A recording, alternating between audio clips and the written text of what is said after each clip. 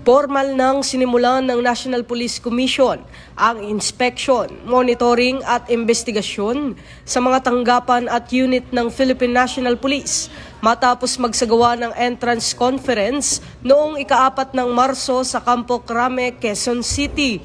Pinangunahan ng delegasyon ng NAPOLCOM ni Commissioner Vice Chairperson at Executive Officer Attorney Rafael Vicente Calinisan kasama ang mga miyembro ng Inspection, Monitoring and Investigation Service.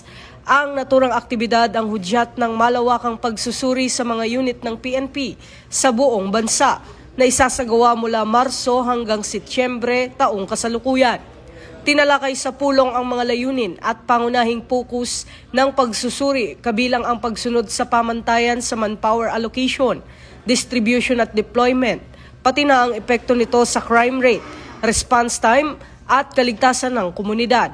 Susuriin din ang mga sistemang pinansyal at logistical, operation ng mga specialized desk at pagsunod sa community at service-oriented policing guidelines.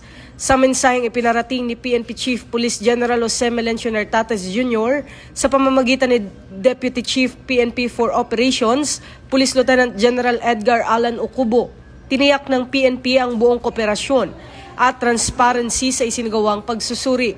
Ayon sa PNP, mahalaga ang naturang hakbang upang higit pang mapalakas ang reforma sa ilalim ng PNP Focus Agenda at maisulong ang layunin ng bagong PNP para sa bagong Pilipinas, serbisyong mabilis, tapat at nararamdaman ng mamamayan.